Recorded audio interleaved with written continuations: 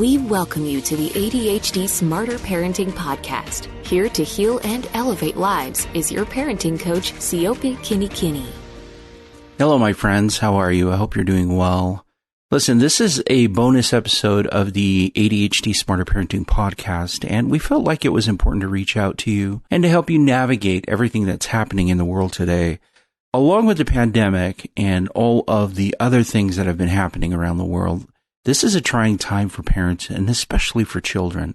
And so I wanted to give you some tips and suggestions on things for you to consider as you navigate this difficult time. There are specifically 3 things I want you to be aware of.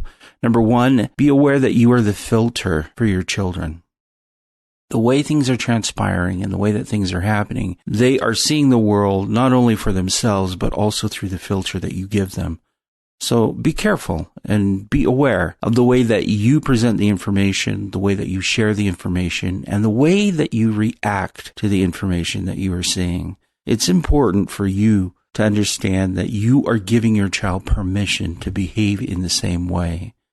Be aware. Now, the second thing is, if your child is struggling and you are struggling, the best thing you can do is to listen.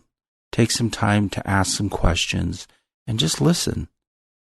If you know the skill of effective communication from Smarter Parenting, you realize that step number 4 is where you actually start sharing your perspective on things. There are 3 steps before that require you to focus and to listen. So if you get stuck, ask questions, listen, probe, find out more, understand a little bit more about what's going on. Now, the last thing I want you to keep in mind is something that was shared with me that I thought was fantastic. And it's the advice given by Mr. Rogers. I don't know if you're familiar with Mr. Rogers back in the 1960s and 70s. He was a pioneer in children's programming and helped children learn about difficult topics through his show on PBS, so the Public Broadcasting Service. He says that whenever there are difficult times, it's important for you to help your children look for the helpers. Now, I want you to think about that, looking for the helpers. Who are the helpers around us? Who are the people that are reaching out and helping other people? You can help your children navigate this difficult time by helping them recognize the helpers that are out there. Let me give you a brief example. When I'm watching the news or I am listening to the radio and there's so much going on, I don't find a lot of reporting on the helpers that are out there, or really an in-depth look at the helpers. There's a lot of ranting and raving and screaming and tantrum behaviors that is happening on the news.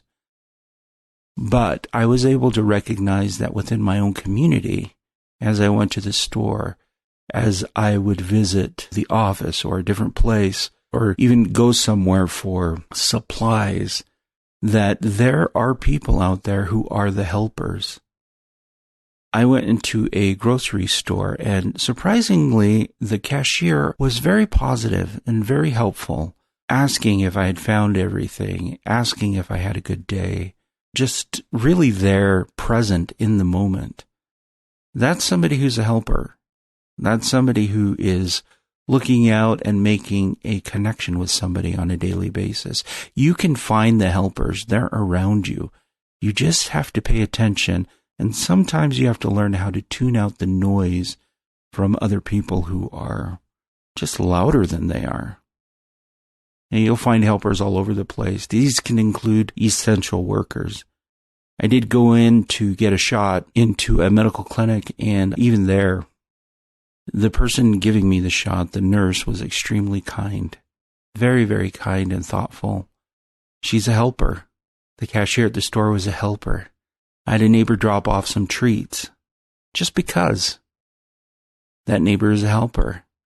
There are helpers, and if we focus and help our children focus on recognizing who these helpers are, it really does make a difference in getting them to understand our time and giving nuance and context that even though we struggle and there are really a lot of things happening in the world, that there still is good out there if we look and if we find it. It's the same principle with your own kids When we look for the good, we will find the good. So consistently look for the good and effectively praise them. So I'm offering this as suggestions for you during this tumultuous time that we are living in, not only during the pandemic and school shutdowns and so much more. These are things that I really wanted parents to keep in mind. And I will talk to you again on the podcast later. That's it for me. Have a good day. Bye.